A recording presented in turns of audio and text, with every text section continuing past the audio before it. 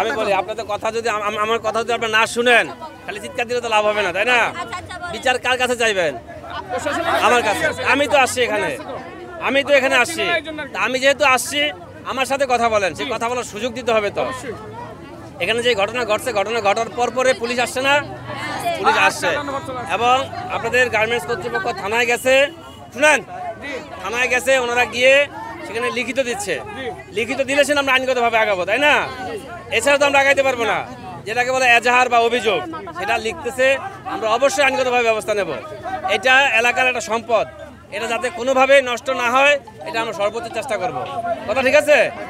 আপনারা বৃষ্টির মধ্যে এখানে দাঁড়ায় থাকা যেটা করা উচিত ছিল সেটা হয়ে গেছে।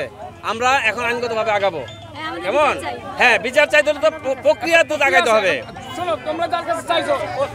আপনারা তো বিচার চাইতেছেন আমাদের কাছে, আমি তো এখানে হাজির। হ্যাঁ, ঠিক আছে, যা ঘটছে শুনেন, যা ঘটছে